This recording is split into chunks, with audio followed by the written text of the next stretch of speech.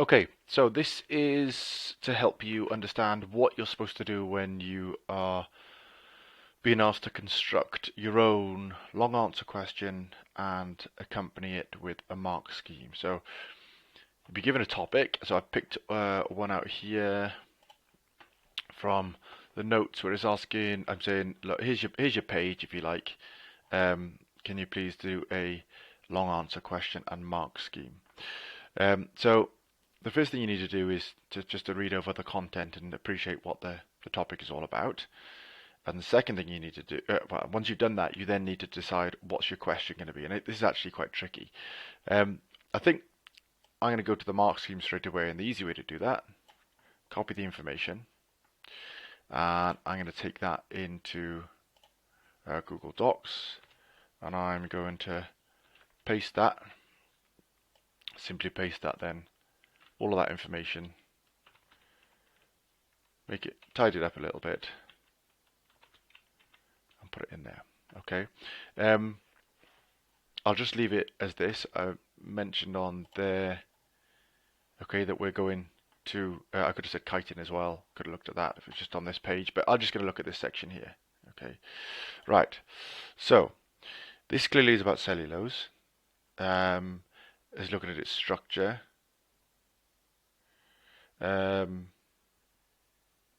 Talks about stability there. Okay, but this is all about structure more than anything else. So the question could be, outline the structure of cellulose. If there was a lot on there, it talks about the it talks about the function a bit, gives it the strength and rigidity to plant cell walls. So sometimes you might say, I like the structure and relate it to its function, but I don't think it works particularly well here. But this bit could take a bit of time, and there's, it doesn't matter a great deal, but it's quite useful to spend a bit of time considering what the question would be, because it does allow you to, it does result in you coming up with sort of a headline for all of this information. Really, what you're saying is, what is all this about? But I'll keep it simple for now. Outline the structure of cellulose. Okay. Now I'm going to go into the mark scheme. Now the mark scheme is really easy to do. I've just copied and I pasted, and you can say that's it. But actually, look, let me show you another example. So this is one from the EAQs. Outline the structure and function of lipids, including phospholipids. And here's the mark scheme. Now notice the way the mark scheme is laid out. So you've got structure and function of lipids, including phospholipids. So here's the structure, here's the function, and here are phospholipids. I've numbered them. And the key point, the hardest thing to do here, is to judge where I need to separate marking points. Okay, and that's the thing that's going to take you a bit of time here. And this is important because this is where you're deciding. You want to make all those marking points equivalent, sort of worth the same. So you can't ask a would-be candidate, if they were ever to ask this, to be saying all of that, for example, for 1 mark. That's ridiculous. In a similar way, you can't say that that is worth 1 mark and this is worth a 2nd mark. That's not fair. So you've got to decide where you're going to split these up. So I'm just going to number it now. So I've got, let's piece that together. There we are. So I've got my 2 here. So I put my question down, but I might modify it. So let's see.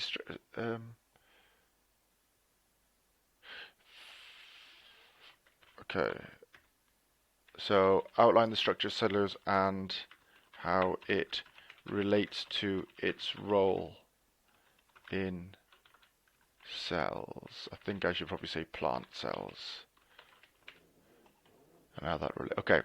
So the role actually is lower down there. Structure role there. Strength and rigidity to plant cells. I want to finish with that. Okay, here we are. Here's the structure here, so I'm going to get rid of that, I think.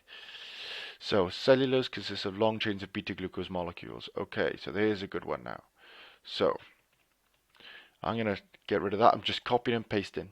Okay, I'm doing Control X to copy and Control V to paste. Control X here to cut, sorry, and Control C to paste. So, and now I've got to make a decision. Am I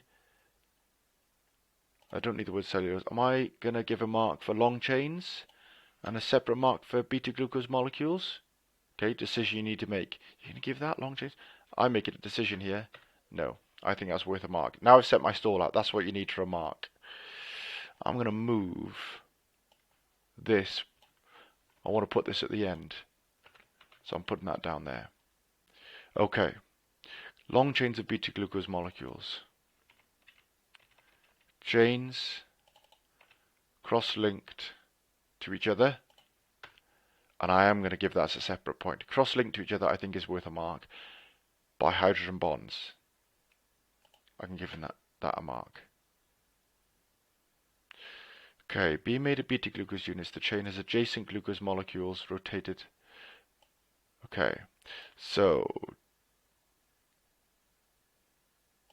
now then, I need to give context here. That's the key point I wanted to say.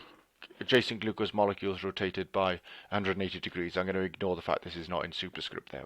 So, probably need context here. So within the chain, so what I'm doing with these brackets is I'm putting the normal brackets, if you like, are giving context. So I don't want to just say, you can't just say adjacent glucose molecules because that's not all that clear. It's within the chain the adjacent glucose molecules are rotated by 180 degrees. And this allows hydrogen bonds to be formed between the hydroxyl groups of adjacent parallel chains. Oh, now, look, I've said hydrogen bonds up there. I'm not giving the mark again for saying hydrogen bonds. Okay, I'm going to take that out, cut that. I'm going to put it back in there. Okay, because I've talked about long chains of beta-glucose molecules. Adjacent molecules rotated by 180 degrees. Done that. Now I'm going to go on between the chains. Chains cross-linked to each other by hydrogen bonds. I don't need that because I've said it. But it's between hydroxyl groups. I don't need of adjacent parallel chains, but I am going to put it in brackets to give context. You don't need to say it. We've already said it. You said the chains are cross-linked to each other.